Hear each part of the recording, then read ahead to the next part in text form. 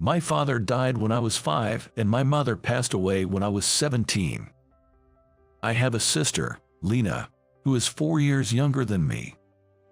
After our mom passed away, Lena and I got by with some help from relatives. Once mom got sick, I quit high school and started working part-time jobs to make a living. I learned how to cook, something I had never done before, to prepare meals every day for Lena. I made time between jobs to attend school events and tried to give all the love I could to raise my sister right. Lena always expressed her gratitude to me. She's a very honest, hard-working, and lively girl with many friends because of her personality. Eventually, I left my part-time jobs and was lucky enough to get a job at a local company.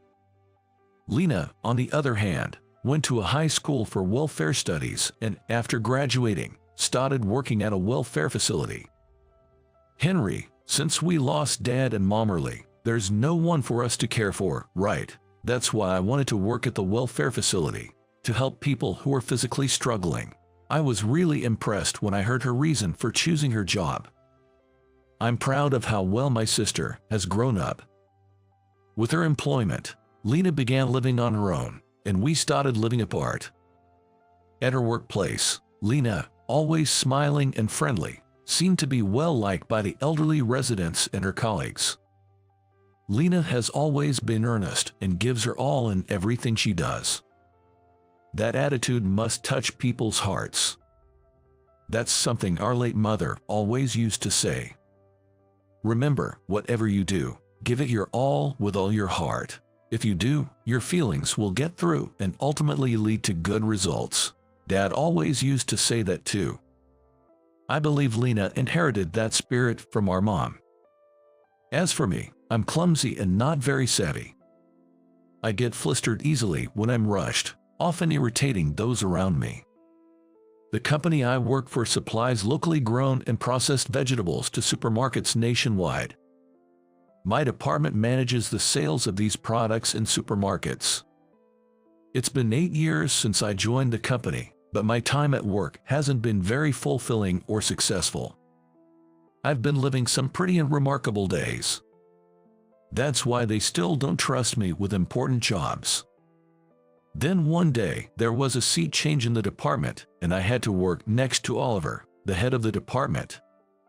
Oliver is quiet and unsociable, but very competent at his job. He's around 50 years old, with a handsome face, looking more like he's in his 40s. I find him a bit hard to handle. I've never seen him smile, and his face when he's working is kind of scary. Once, when I asked him something I didn't understand, he snapped, "Are you asking me something even a newbie would know?" Since I started working near Oliver, I was always nervous and felt overwhelmed every day. Oliver gets annoyed if you ask him something he's already explained once.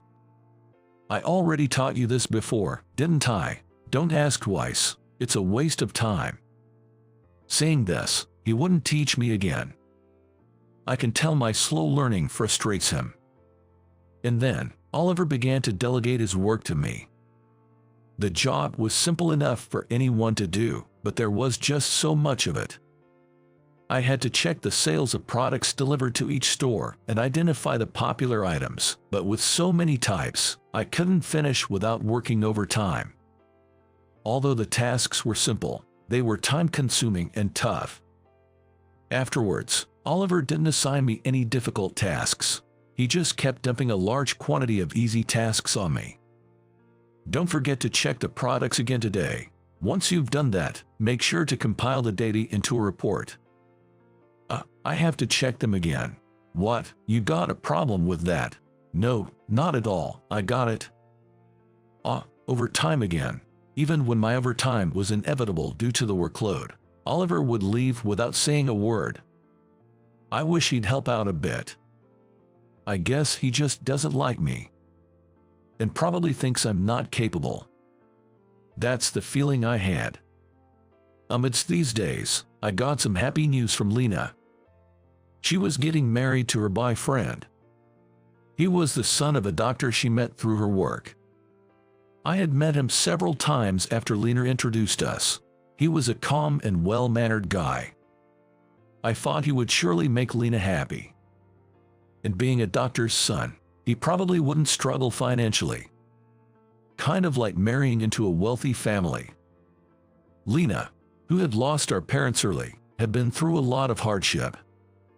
As her brother, I was happy to know she was marrying into a wealthy family, but then I got a call from her. "Hello, Henry. What's up all of a sudden? What's going on?" I've decided to marry him." "Oh, really? That's great. I fully support your marriage to him." "Yeah, so I want you to come to the wedding." "Oh, of course." So I was going to attend Lena's wedding. I reported it to HR and also to Oliver, but he just said I see and nothing more. Man, at least a congratulations would have been nice, I thought. 3 months passed, and on the day of the much-awaited wedding, I headed to the venue in a newly tailored suit. I even prepared a high-end camera to capture Lena's big day. I was really looking forward to my sister's wedding. While excitedly imagining Lena in her bridal gown, I was on my way to the wedding venue. While waiting for the traffic light, I spotted an old man sitting on the edge of the road, unable to move. He must have been around 70 years old. He was sitting with his belongings, holding his leg. I rushed over and asked, "Are you okay? Could you give me a hand?" I immediately offered my shoulder and suggested taking him to the hospital, but he smiled and said, "I just stumbled a bit. I'll be fine once I get back to my facility." "Really? Where is your facility?" I was surprised when I heard the details from the old man. It turned out he was attending the welfare facility where Lena worked. He had fallen and hurt himself on the way there. I quickly hailed a taxi to take him. When I mentioned in the car that Lena worked at that facility, he was surprised. "You're Lena's brother. What a coincidence." He then smiled and said, "Lena always treats me well. Her smile truly saves me every time. It really lifts my spirits." Hearing that made me happy too. Suddenly, the elderly man looked at me and said, "You're wearing a very nice suit. Do you have something important going on today?" When I honestly replied, "Actually, it's Lena's wedding today," he looked alarmed. "I'm so sorry. Don't worry about me. You should head there right away." "No, it's all right. Please let me take you to your facility," I insisted. And so, I took the elderly man to the facility. It seemed he had heard about Lena's wedding but didn't realize it was today. He kept apologizing, saying, "I'm sorry for causing trouble on such an important day." "It's okay. Please don't worry about it," I reassured him. After dropping off the old man, I hurried to the wedding venue. I jumped into a taxi, but unfortunately, traffic was heavy, and I arrived much later than planned. I managed to make it in time for my speech, but I felt indescribable disappointment for not being there from the beginning, as I had looked forward to the ceremony. Lena comforted me, saying, "I'm just happy you could make it," but I still felt mixed emotions. Lena looked beautiful in her wedding dress. I thought our dad and mom would have cried tears of joy if they were alive. I took many pictures of my sister's once-in-a-lifetime moment with the camera I brought. The wedding ended successfully, and due to the hectic day, I didn't get a chance to tell Lena about the elderly man I met. I thought I could tell her another time when things had settled down. The next day, I went to work as usual. As soon as I arrived at work, Oliver turned to me and said, "I need to talk to you for a minute." His usual stern face made me nervous. Yes," I replied, feeling anxious inside. Did I do something wrong? It was the first time Oliver had asked to talk to me. I was really nervous. Maybe he was going to scold me, I thought as I followed him. As soon as we entered the meeting room, Oliver bowed his head and said, "I'm sorry." I was taken aback, and Oliver continued, "And thank you, really." He then revealed a surprising fact. The elderly man I had helped the day before was Oliver's father. The old man had spoken to Oliver about me at the facility. On that day, I had given the elderly man my business card as I was leaving. He must have seen the card and realized that I worked at the same company as Oliver. Oliver said, "Your sister Lena seems to take good care of my father. He's been smiling a lot more since he started going there." While saying this, Oliver smiled warmly, a sight I had never seen before. I was a bit shocked to see this side of him. Oliver continued to talk happily about his father. He must really love his father. He even shared memories of his father from his childhood. Then suddenly, Oliver said, "I have high expectations for you." "What?" I exclaimed in surprise. I stared at Oliver, making a silly face. "You'll do well once you've got the basics of the job down. That's why I gave you a job for a while, so that you could learn a simple job perfectly first." Oliver continued, "I wouldn't bother giving work or getting angry at someone I see no potential in. The task of checking the best-selling products delivered to stores is the foundation of the job," he said, patting my shoulder. Indeed, Oliver was right. His tone was as blunt as ever, but his face carried a kind smile.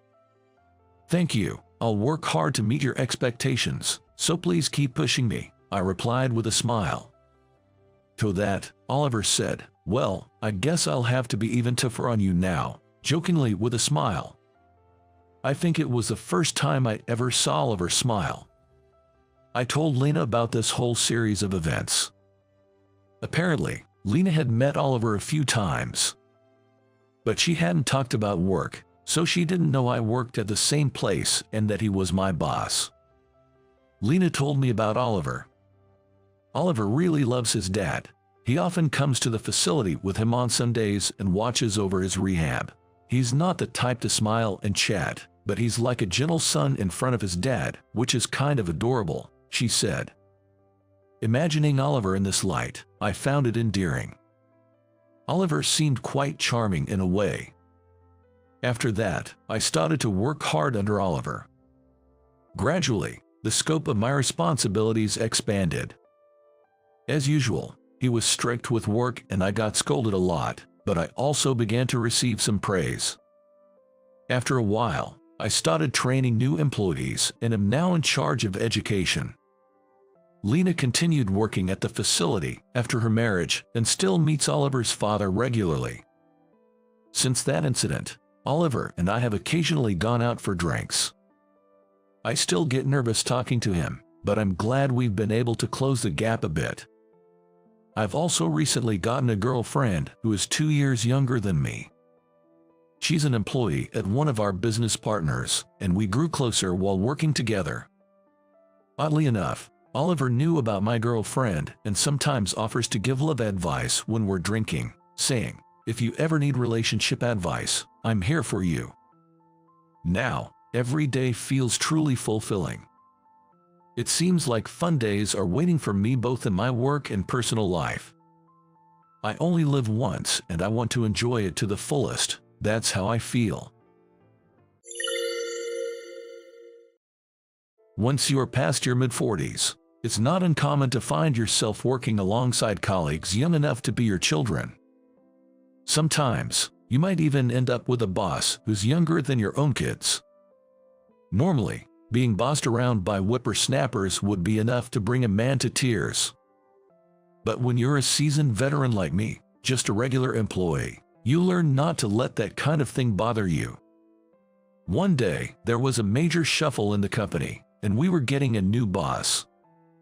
The name written on the transfer notice was Ashley. My colleagues were abuzz, wondering about having a female boss, but that name rang a bell for me. It was the same as Tyler's daughter, a close friend from high school. It's not such an uncommon name, probably just a coincidence. But my jaw dropped when I saw her at the morning meeting. Effective today, I'll be taking over as a manager of Sales Department Section 3. My name's Ashley. I look forward to working with everyone. The new boss was clearly a high flyer. Her long straight hair, bright red lipstick, and pantsuit all screamed competence. She looked to be in her mid-20s. If she's made manager at that age, she must be incredibly capable. Is she still a student? It could like, that's a manager. Isn't she a decade younger than Mason?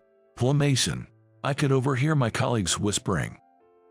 They seemed pretty hung up on her age. Quiet, please. Without a care for the unsettled mood, she clapped her hands, silencing everyone instantly. As you can see, I am young, much younger than all of you, and it's natural to feel uneasy, but I earned this position on my merits. In terms of job skills and position, I am above all of you. Instead of wasting time on trivial things like age or gender, focus on achieving results. Outperform me fair and square. Her statement froze the room. She was right, but it was a hard pill to swallow for us older guys. Not just the regular employees, but even the section chief, Mason, was grimacing. Ashley, after the meeting, I approached her. Do you remember me? I'm Ryan. I had a hunch when I saw the transfer notice, but seeing her face confirmed that she was Tyler's daughter. She frowned and glared at me. Your dad's Tyler, right? We were best friends in high school. I even played with you after you were born. Remember? After a moment of thought, she whispered something. Do you remember me now? I sort of remember you now. Long time no see, Ryan. Long time no see. Last time I saw you, you were in elementary school. You've grown up so much. I guess I'm really an old man now. I laughed, but she remained serious. I am the manager of the sales department. Our relationship is strictly professional, so please don't be so familiar. With those cold words, she quickly left. I wonder how her dad's doing. I haven't heard from him in about 10 years. Without answering, she left the room without looking back. What was with that attitude? So different from when she was a little girl. Well, I guess that's to be expected. It's been so long since we last met. She's grown up, and people change. But still, she was so different from the Tyler's daughter I remembered. She was as capable as she seemed, but her unyielding demeanor made her quite a few enemies. She was a perfectionist at work, where results were everything to her. She didn't hesitate to speak up against anyone, always delivering hard truths. If there was even a slight fault in someone else, she wouldn't let it go until they admitted their mistake, never backing down herself. Because of this attitude, her reputation among the colleagues was pretty bad. No matter how good she is at her job, that attitude is just not okay. With that strong personality, she'll never find a partner. She'd be pretty if she just kept quiet. I've often seen colleagues whispering such things behind her back. Oh, brother. Instead of secretly complaining, they should work harder and try to outperform Ashley. Envy means they want to advance, right? As for me, I don't really care if a younger person becomes my boss. In fact, I think it's good for the future of the company to have young, talented people moving up. Especially if it's someone I know. I'd rather support them than hold them back. A screw-up old guy like me should just stick to being a regular employee. But then, a situation arose where I couldn't just take it easy. I was assigned to a new project, along with her. Make sure you do a good job, Ryan. We know you're more capable than you let on, so we're counting on you for this project. Mason and the other colleagues said encouraging things, patting me on the back. These guys, they just didn't want to work with her and dumped it on me, didn't they? This was a big project, honestly too much for me, but since no one else volunteered, I had to accept it. And today, it was just the two of us meeting to discuss it. You're 2 minutes late. As soon as I entered the meeting room, she said that. I just stopped by the restroom. My apologies. I had informed you of the start time. Please make sure you act in time, and stop saying my apologies. I'm sorry. I'll be more punctual next time. She let out an obvious sigh. Ryan, I just don't see any motivation in you. Why did Mason recommend you for this project? Maybe because I looked free. I couldn't tell her that I was probably pushed into this by Mason and the others, so I brushed it off, and she frowned as usual. How old are you again? Next year I'll be the same age as your father, 50. And you're not embarrassed to still be a regular employee. Why should I be embarrassed? Capable people get promoted, and those who aren't stay regular employees. I'm just content with the system. Don't you want to advance? I'm fine where I am right now. That's just sad. She said that, wrinkling her face in disappointment. Do you have any kids? I'm a proud bachelor. I see. Maybe that's for the best. If I had a father like you, I'd probably despise him. Her unapologetic way of speaking made me laugh. But honestly, I think the same. I wouldn't want a dad who lacks motivation at work. Marriage itself just doesn't seem right for me. I've liked many women, but I could never bring myself to want to share their lives with me. Marriage and parenting.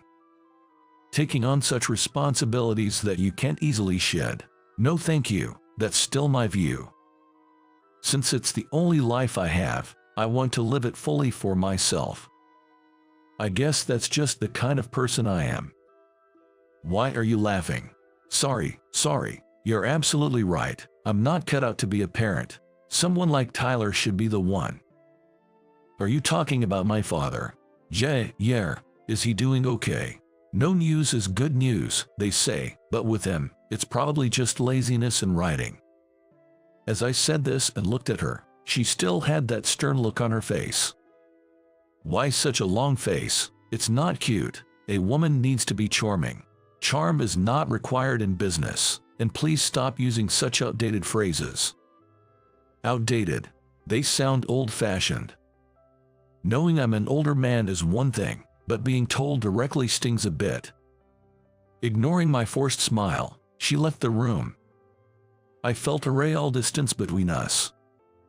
Of course, some of it is due to the unnecessary things I say, but even excluding that, it's like she intentionally keeps her distance whenever I try to talk about anything other than work. Especially when I try to talk about Tyler, it feels like she intentionally creates distance.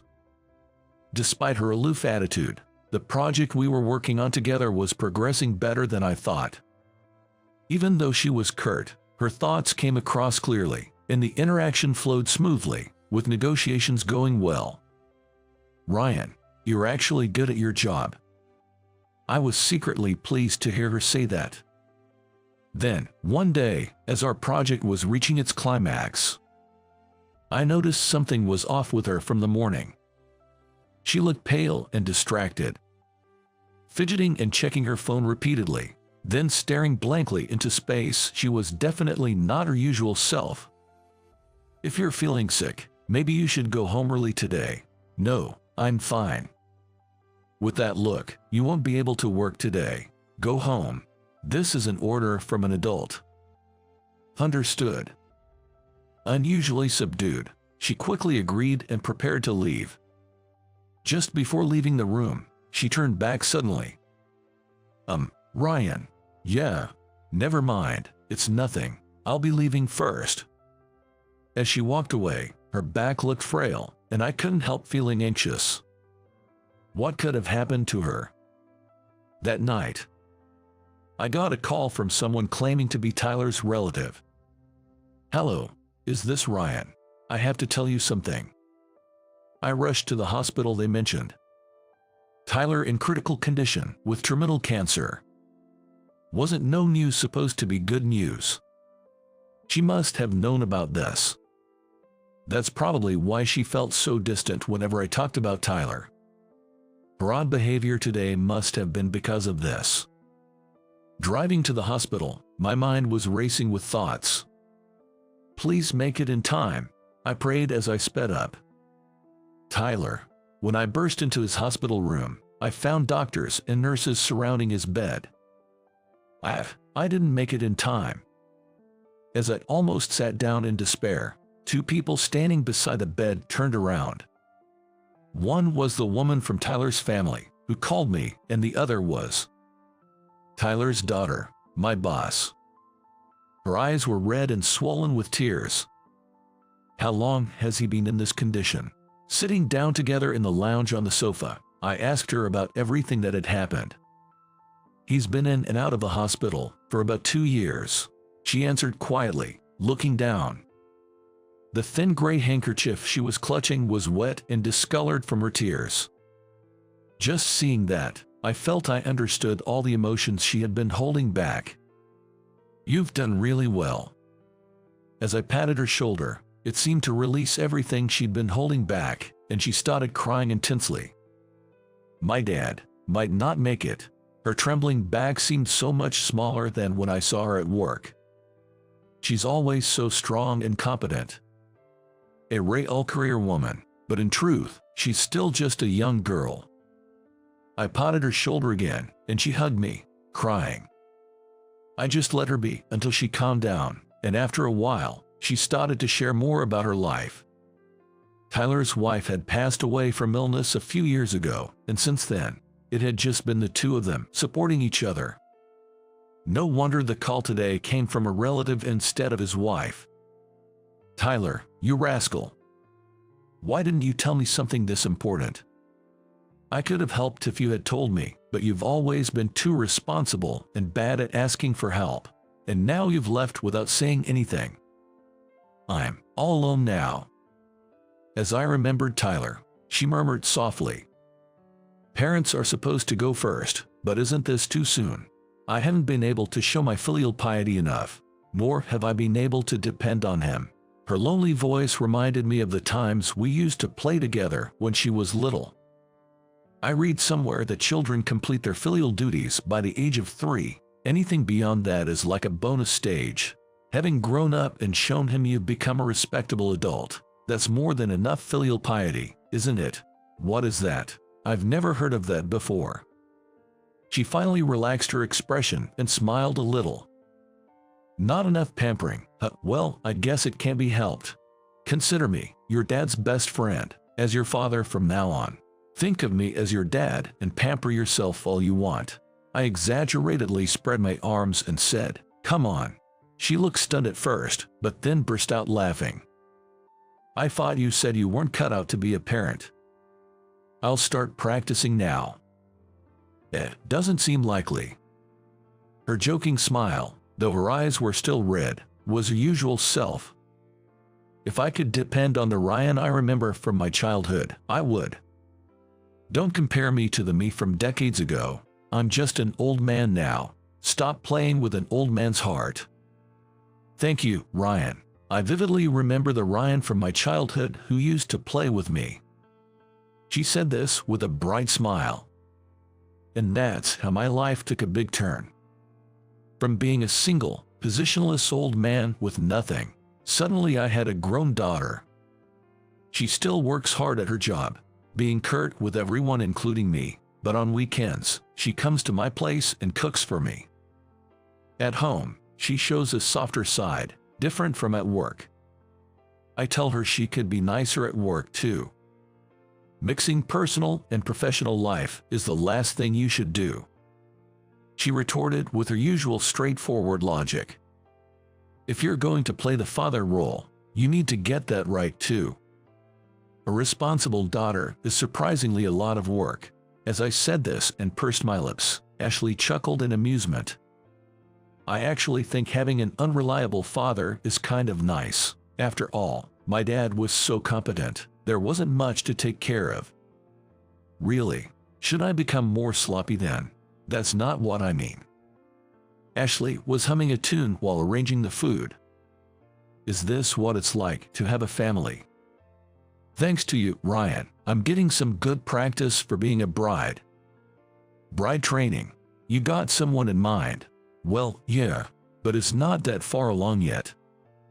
What's with that vague answer? Who is he? He better be a stand-up guy, or I won't approve. At least he's more accomplished than the perennially regular employee, Ryan. Ouch. That reaction is so old man-like. Who would have thought I'd come to understand the feelings of a father with a daughter? But it's not a bad feeling at all. Tyler. Rest easy over there with your wife. I'll take good care of your precious daughter in your stead. Just when I was wondering what was going on, my boss, Alex, came striding over and casually patted my shoulder, saying, "Hard work, Dan, but you are fired today." And just like that, I was abruptly kicked out of the company I had served for 20 years. "Long time no see, Mr. Johnson. Actually, I just got fired." At my words, Mr. Johnson, the president, was momentarily speechless. "What about the patent? If the company doesn't have my patent, it will go bankrupt, but I'm fired, so I'll take my leave. Haha." Huh? At this point, all I could do was laugh, and I heard a baffled voice from Mr. Johnson. "My name is Dan. I'm a 45-year-old office worker. Originally, I worked in a repair shop, but about 20 years ago, I became friends with a guy named Mike at a seminar, and through that connection, I joined the same company as him. I've always loved assembling machines and inventing, so it was a stroke of luck to be placed in the product development department. Mike seemed to be in a decent position in a major corporation, and it was only because of his referral that I could join the company. Normally, with my level of education, I wouldn't even have been able to apply for a job there. Grateful to him, I spent 20 years. I worked relentlessly. I built good relationships with other employees in the product development department, and before I knew it, I became the central figure in development and eventually rose to the position of a manager. Once I was in that role, everyone started coming to me with various consultations, and we began tackling more innovative and large-scale developments. As a result of our unity, several of our products won design awards, and we even created some hit products that represented the company. As long as we had that product series, the company would be secure. I'm proud of what we accomplished, and it seems the employees gained confidence too. The product development department was sailing smoothly until one day, dark clouds began to loom. There was a change in personnel, and the department head was replaced. The previous head was a good person who listened to us, but the new one, Alex, was very arrogant. He wasn't interested in our research and development, focusing only on the profits they generated. He insisted on developing only such products, and if development was delayed, he would yell and force us to work overtime until we caught up. Our previously bright workplace had turned into hell.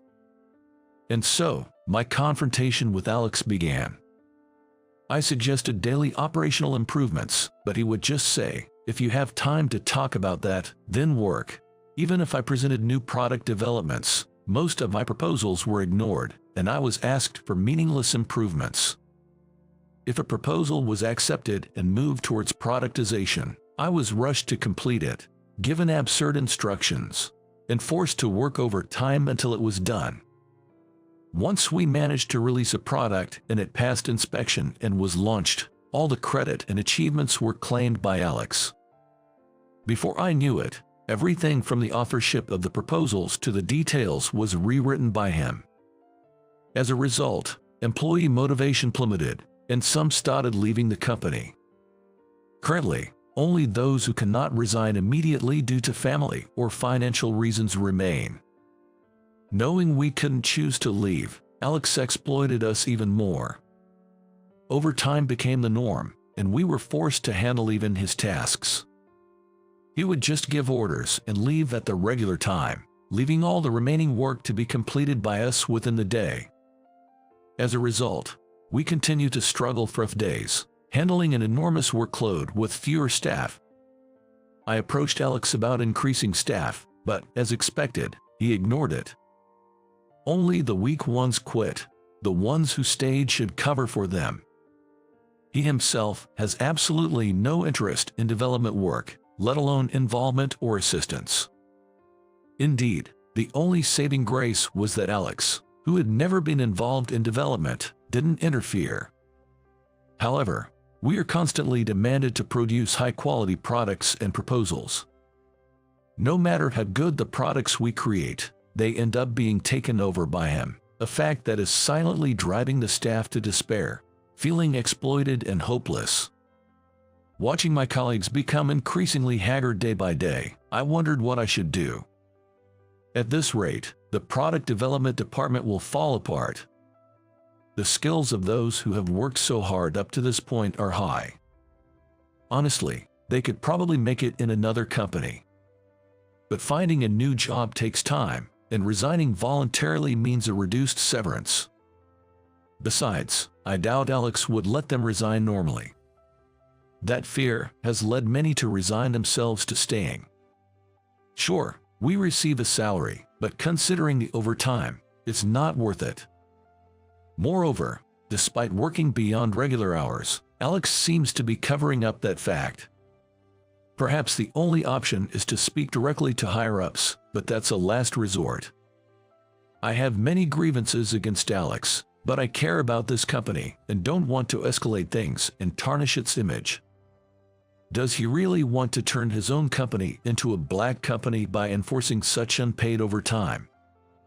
His actions could damage the company if rumors spread. It would be more than just a departmental issue. It could severely harm the entire company and lead to many job losses. How did someone like him become a manager? I love this company and my job, but I can't agree with prioritizing seniority over merit. Actually, people unrelated to the work, like him, being in major roles and exploiting employees' achievements is happening. I'm not against the old ways and methods, but there are certainly harmful traditions that still exist. Alex's favorite saying is, "Back in the day, this was all normal." It's standard for junior colleagues to respect their superiors, right? He exudes arrogance that might have been acceptable in the past. I wish he would realize that times have changed. And someone needs to say that. Maybe that someone should be me, the manager. I steeled myself and decided to have a proper conversation with Alex. "So, what do you want?" That day, I called Alex to the conference room. He obviously didn't hide his annoyance but agreed to talk. "I have a business dinner later. I'm not as free as you guys," Alex said, laughing, "but we're not free either. In fact, we're cutting back on sleep because of him." "Alex, you really need to change your behavior. Do you realize what you're doing could be illegal?" "Huh, what are you talking about? You guys are choosing to work overtime. I never forced or recommended it." I was utterly disgusted by his blatant lies. Doesn't he realize that if someone sues, the company could be in crisis? The staff is at their limit. Please, return the achievements and rights you've taken from them. I pleaded deeply. But all I got in return was his loud, mocking laughter. "What are you talking about? You should be happy to work under me. You like your job. That's why you don't quit, right? That can't be true. Everyone's at their breaking point. Do you intend to ruin this department? If it collapses over this, then so be it." With that, Alex brushed past me and left the room. I never thought communication with him would be this impossible. I let out a heavy sigh. I have to report this to the higher-ups somehow. Reluctantly, I worked overtime with the staff that day before heading home. The next day, as I entered the office, thinking of ways to have a serious talk with the upper management, all eyes of the employees were on me. Just when I was wondering what was going on, Alex walked up to me and casually patted my shoulder, saying, "Hard work, Dan, but you are fired today." And just like that, I was abruptly kicked out of the company I had served for 20 years. Holding my bag, I left the building in shock, and after a while, anger started to bubble up inside me. I took out my cell phone and called a certain number. "It's been a while, Dan. It's rare to get a call from you." The person on the other end was Mike, the one who had invited me to join this company. I should tell him what happened. "Long time no see, Mr. Johnson. Actually, I just got fired." At my words, Mr. Johnson, the president, was momentarily speechless. "What about the patent? If the company doesn't have my patent, it will go bankrupt, but I'm fired, so I'll take my leave. Haha." "Huh? All I could do was laugh, and I heard a baffled voice from Mr. Johnson.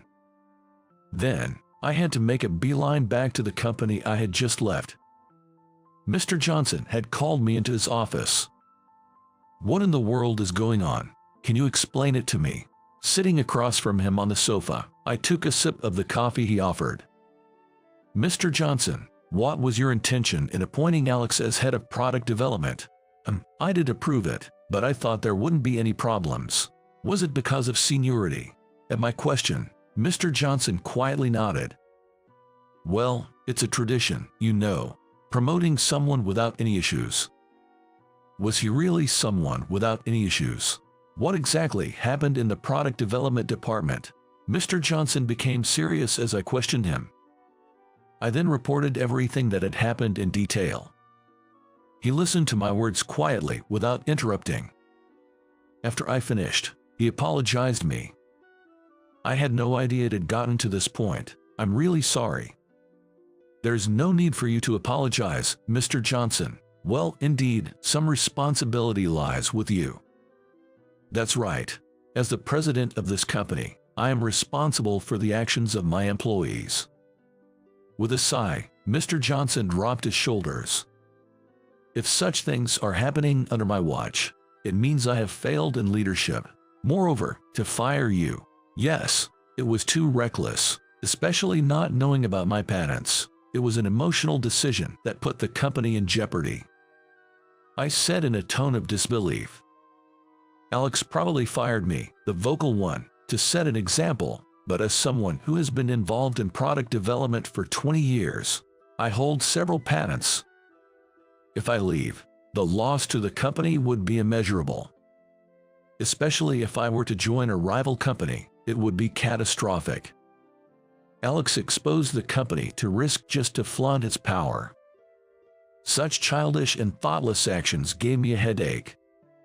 But Mr. Johnson seemed to have a different view. "Indeed, Alex's performance as a manager has been good, but I haven't heard of any extraordinary achievements." Looking me straight in the eyes, he continued. "In fact, since he became manager, there have been many complaints about the increase in resignations. Issues like overtime and taking credit for others' work are news to me. Indeed, for HR, the high number of resignations must have been apparent. But where did all the plans and awards that I thought Alex had monopolized go? From the company's side, bonuses and awards are supposed to go to the proposers, not Alex, but you guys haven't received them, have you?" Mr. Johnson asked me, seeking confirmation, and I shook my head firmly. "No, if we had received those, many of the staff who resigned might have stayed. Especially the younger and more capable ones, who couldn't endure the environment and left. It's a significant loss. Factional strife. Why does it always come to this? What do you mean?" I asked Mr. Johnson about the true meaning behind his words. It seems there was a factional struggle when Mr. Johnson was appointed to his position against another presidential candidate. The upper management was split in half, creating a tense atmosphere. And Alex belonged to the faction of Mr. Johnson's rival. When Mr. Johnson won the struggle and became the CEO, his opponent left the company. I, having little connection with the upper management, was unaware of such conflicts within the company. Well, I might have heard rumors but never paid much attention to them, nor was I involved. I was just happy that my benefactor had become the CEO. Mr. Johnson, you think the factional struggle is still relevant? Probably. My rival left the company and now works for a competitor. Mr. Johnson's words made me realize something. The employees who resigned, they were probably poached by the rival company. I see. So Alex's tyrannical behavior was for that purpose. So, Alex is connected to the other company. Not just him. There must be several people in significant positions involved, keeping it from reaching my ears. It was odd that such blatant injustice had occurred without any rumors reaching the upper management. Someone was manipulating and hiding the information. They are likely connected with the rival company, trying to bring down ours from the inside. a betrayal of our own company. But why would someone in a managerial position take such actions? Those connected probably have arrangements to be re-employed with good positions at the rival company if ours goes bankrupt. That's terrible. If our company collapses, many will lose their jobs, and even subcontractors will be affected. Yet, such a cunning and cowardly way to destroy a company and ensure only those involved have secure jobs is appalling. They probably wanted you to resign, Dan. You've contributed much more to our company than they anticipated, so they fired you. So, they made up a reason to fire me because I wouldn't resign. Yes, as I said before, you hold the patents. If you leave, it would be a tremendous loss for us. Mr. Johnson continued, frowning. The plan was likely to poach you after you left. I can't believe it. I think it's true. You'd probably have received an offer within a few days. That explains the sudden firing, but it's frustrating to think they expected me to easily sway. But I wouldn't sell out everything to a rival company. At least not while Mr. Johnson is still here. I wouldn't let my patents go to another company. They probably never considered that. Indeed, I've been underestimated. Good thing you're a man of integrity, Dan. Mr. Johnson's face finally relaxed, having been tense all this time. Anyway, I have no intention of approving your dismissal. If any such documents are submitted, I'll handle it immediately. So, does that mean I'm not fired? Of course, I want to build up this company together with you. Mr. Johnson's words finally allowed me to feel truly relieved. And with that, I knew what had to be done.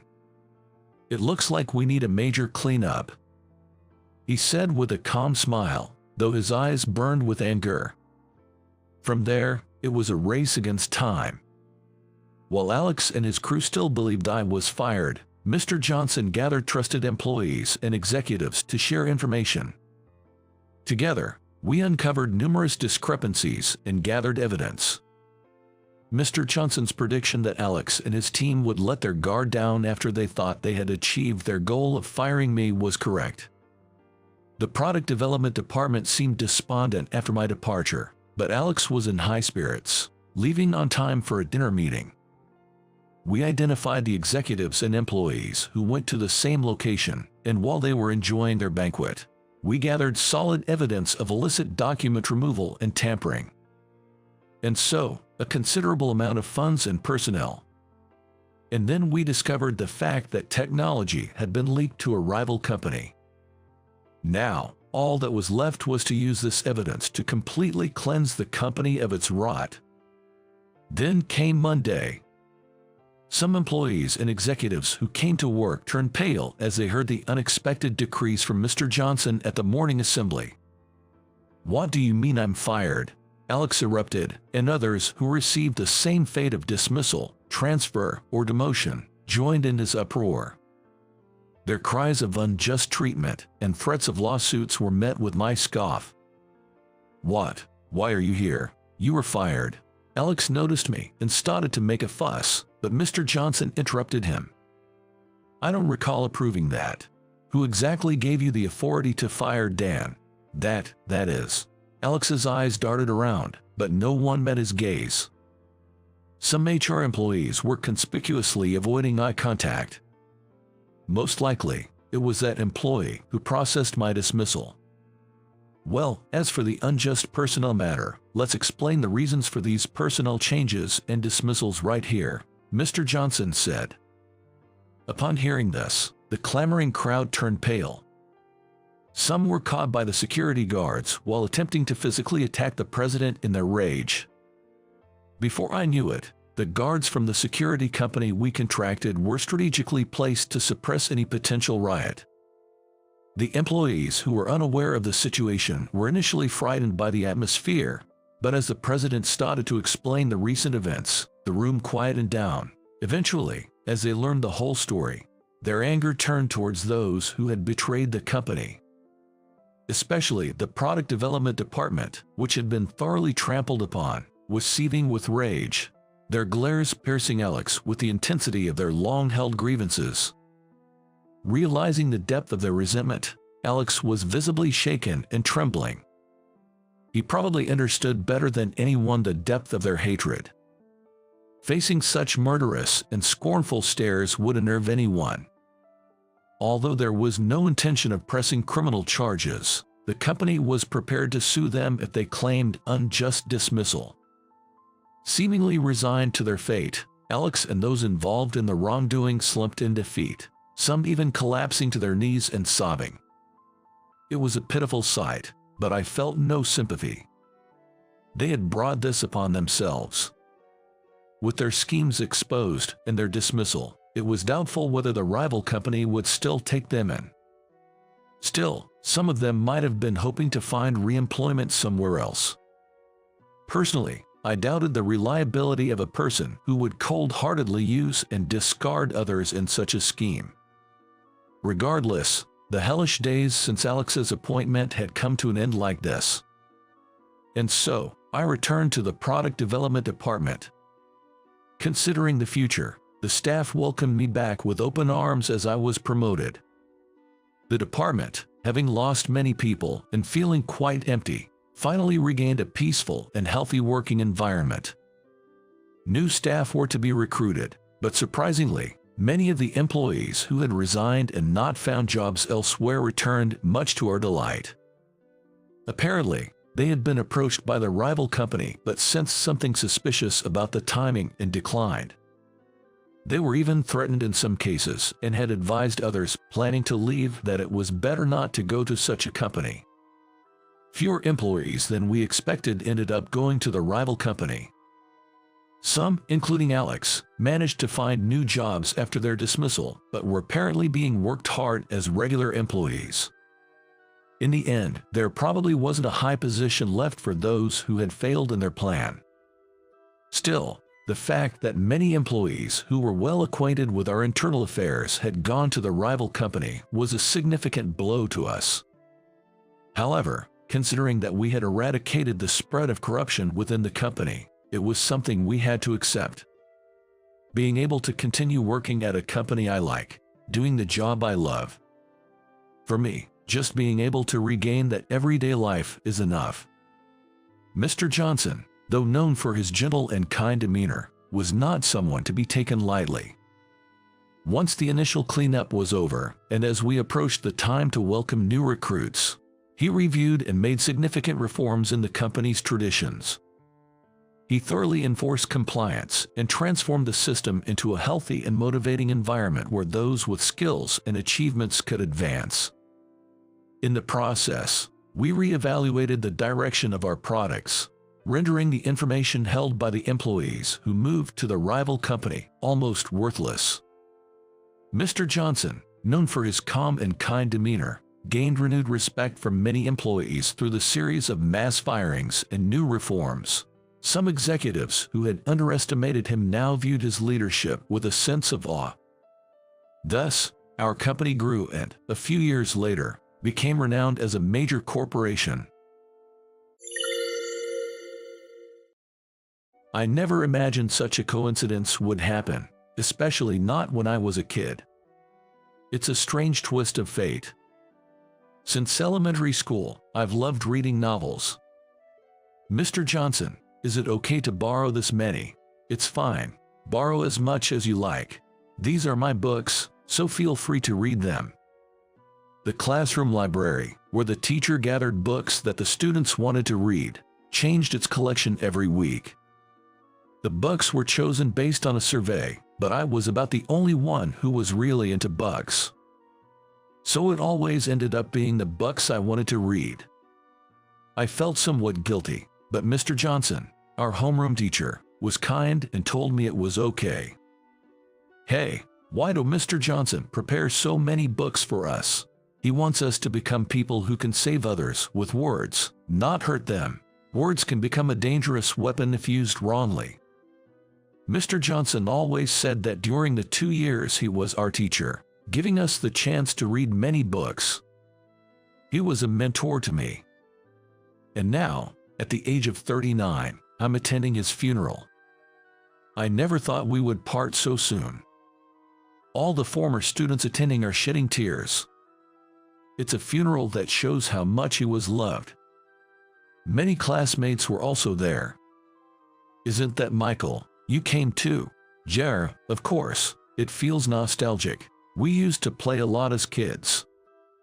The person who spoke to me was a good friend from back then, and it was the first time we met since graduation.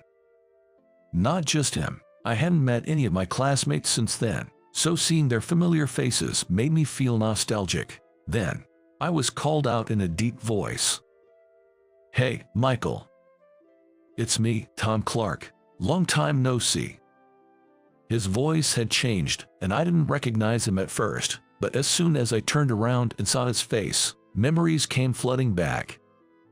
I remembered how he embarrassed me in front of everyone and blamed his misdeeds on me.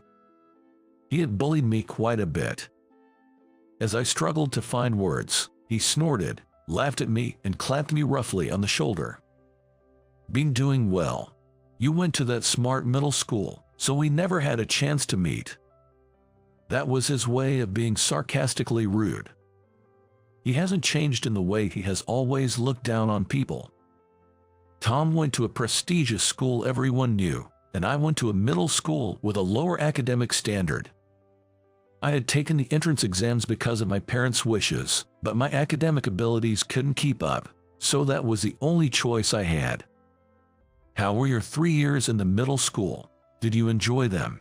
As I struggled to answer, Tom had a smug smile on his face. Just as I was wondering how to escape the situation, Kevin, who had been the class president, raised his voice. "Everyone, if you're free after today, how about we hold a memorial for Mr. Johnson? Since we've all gathered, it could also be a reunion. Let's talk about him. I'm sure he'd be happy about it from up there." Everyone agreed with Kevin's suggestion, and those who could make it decided to go to a bar. I had some time after, and it had been a while since I saw everyone, so of course, I decided to go too. The only thing bothering me is Tom. I don't want to be harassed like in the old days, even now as an adult. With these worries, I changed out of my funeral clothes and joined about 15 people at a bar. "Been doing okay. What have you been up to lately?" "I've been working hard at the factory. I just changed jobs recently." It wasn't just me meeting everyone after a long time. As we all caught up, asking about each other, it somehow became my turn. "I've been." "You're fine, Michael." As I opened my mouth to speak about my current life, Tom spoke first. "No need to force yourself to talk about your daily life." He said it with a deliberately kind face. He doesn't know anything about my life. Michael has been struggling in life. It's sad to make a classmate you haven't seen in a long time talk about that, right? Indeed, my attire today was an old t-shirt and shorts, hastily changed from my funeral attire, so it was a bit wrinkled. With Tom's presumptuous tone and my less than pristine clothes, they probably thought I was really struggling. The other friends didn't try to ask about my current situation. Tom has always been like this. He's good at making a nice face to those with power or popularity. Plus, he's eloquent, smart, and athletic, so he's strangely persuasive. He could say anything about me, true or not, and people would believe him. As I felt a wave of sympathy from those around me, the atmosphere turned somber. Kevin, trying to be considerate, changed the topic. "How have you been lately, Tom? You have a daughter, right? Jer. She just became a high schooler and she's about to debut as a novelist. She's getting published soon." Tom's expression brightened at that, and everyone was surprised. "That's amazing. What's the book called?" "It's a romance novel called Your Hand. She got scouted by a publisher after I posted it online." About that book. As I tried to speak about the book, Tom let out an exaggerated sigh, cutting me off. "Sorry, Michael. If it sounded like bragging, I apologize. I'm just happy for my daughter. Don't worry, I'm not asking you to buy it. It'll probably be in libraries soon. I'd be happy if you read it then." Tom's comment made it seem to everyone else like I was trying to interrupt out of jealousy. Of course, I wasn't thinking anything of the sort, but that's the image that stuck. Even when paying the bill, he made sure others could hear him. "Let's all go Dutch, Michael, you're fine.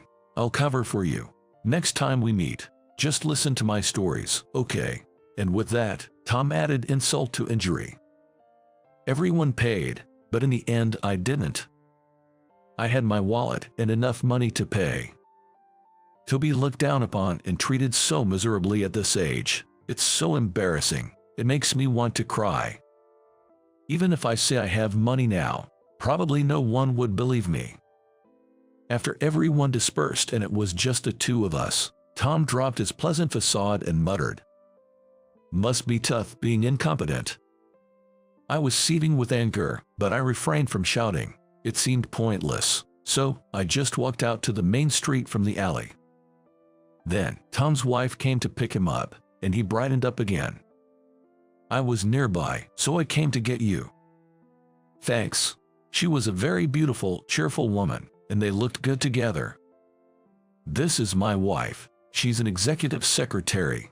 You probably never get to meet someone like that," he said in a voice quiet enough for her not to hear, then walked away without looking back. In front of everyone else, he's kind and cheerful, but around me, he's just mean. I bet none of our classmates would believe that Tom, who's on the fast track to success with a beautiful wife, could say such things.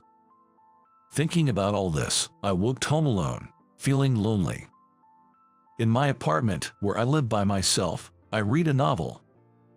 Even as I read, the events of earlier made it hard for me to immerse myself in the book, but I managed to switch my thoughts and finished reading it. Beautifully written and with a gentle worldview, the novel is a heartwarming experience once you get into it. I don't know how many times I've been saved by novels like this. Before the emotions it stirred in me could fade, I put the book back on my shelf. Then, as usual, I sat in front of my computer and summarized my thoughts on the novel I just read. The next day, I read another novel and summarize my thoughts on that too. This was my daily routine. Then, on the weekend, I was invited to a party and attended it in a suit. Ladies and gentlemen, we are now starting the book launch party for Your Hand by Emma Clark. Sitting among the guests in the large venue filled with publishing professionals, I listened to the announcement. Next, we'll hear from Mr. Smith. As the people involved in the project took turns giving their speeches, my name was called and I went up to the stage. I'm Michael. I had the honor of writing the endnote critique and a cover comment for Your Hand. First, I want to thank editor Bob for this opportunity. As I nodded to Bob, I looked out over the audience and saw Tom's face. He looked shocked, his eyes wide and his expression incredulous. The first thing I felt when reading Your Hand was the freshness of the writing. It's something I, as an author of over 20 years, couldn't possibly express. While I did feel parts were still immature, there's a certain expression only possible due to that immaturity. It's something that will change as you grow, so please fully express what can only be enjoyed now. It's a weapon that can capture the hearts of young people, as it's true to your age. Thank you, Emma whispered, her eyes brimming with tears. I hadn't known they were father and daughter until Tom mentioned it yesterday, but the editor had told me she was an ardent fan of my novels. She started writing after reading my books. It was gratifying to know a young person enjoyed my work, and that's why I accepted the task of writing the endnote and cover comment. I continued my speech. I'd like to share a bit about myself. As a kid, I loved the library my teacher, Mr. Johnson, set up. Every week, it was filled with new books. Back then, I was bullied by classmates and it was tough, but I had to go to school to read those books, so I did. I realized just recently at Mr. Johnson's funeral that he might have known about my situation and deliberately stocked my favorite books. Tom's face grew increasingly pale and he started trembling, looking down. It probably terrified of being exposed for his past actions. Dad, thank you, his daughter said, oblivious to his inner turmoil. The situation was bizarre. I wasn't the best student, but thanks to reading a lot in elementary and middle school, I won a newcomer award in my sophomore year of high school and debuted as a novelist. After debuting, I struggled with writer's block and clashed with my editor, who wanted media exposure while I preferred to remain anonymous. Despite everything, I believed that novels don't betray you and have continued writing. And one more thing, Emma is still young and beautiful, so the media will want to showcase your looks. But I believe a novelist should be famous for their words, not their face. Be a novelist whose work is recognizable from the first sentence.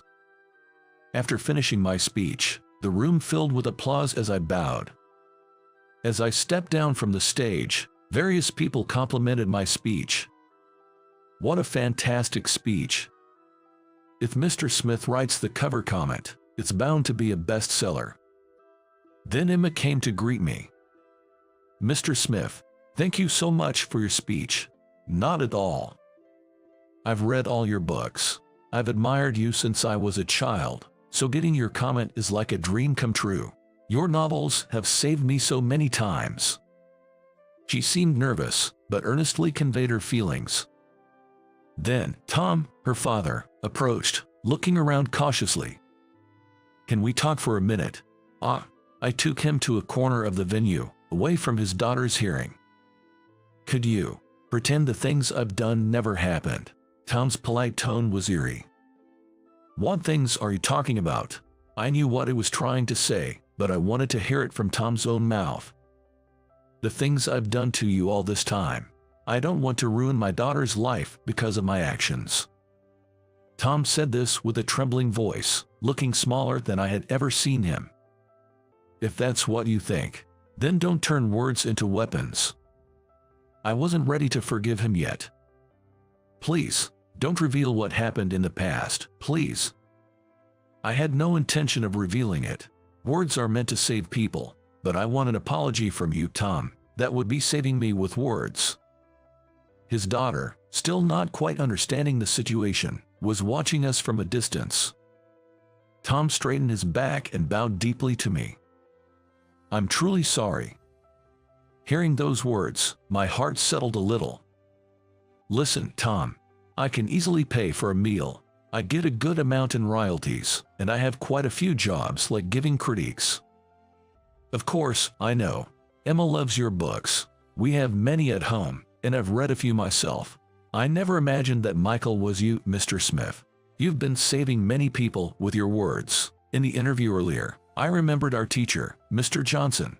He knew I had a darker side and talked to me a few times. I couldn't reflect on it then, but now, even at this age, I realize how I turned words into madness. I've finally come to regret it. It's all come back to me. Good. Change your heart. For your daughter's sake too. I felt relieved seeing Tom deeply nod, truly repentant. After that, Emma's novel gained support from middle and high school students. It didn't become a bestseller, but it sold well.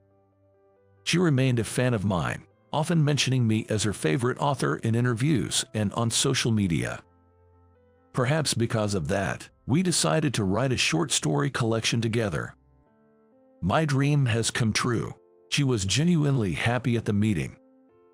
I was truly saved by her words and managed to get this far, to be able to publish a book with you. It's unbelievable. My dad will be happy about this too. Tom is happy. My father has recently become a fan of your work, and he also checks out your serials, and we often exchange our thoughts on them. Tom doing that. It was a profound and strangely surreal feeling.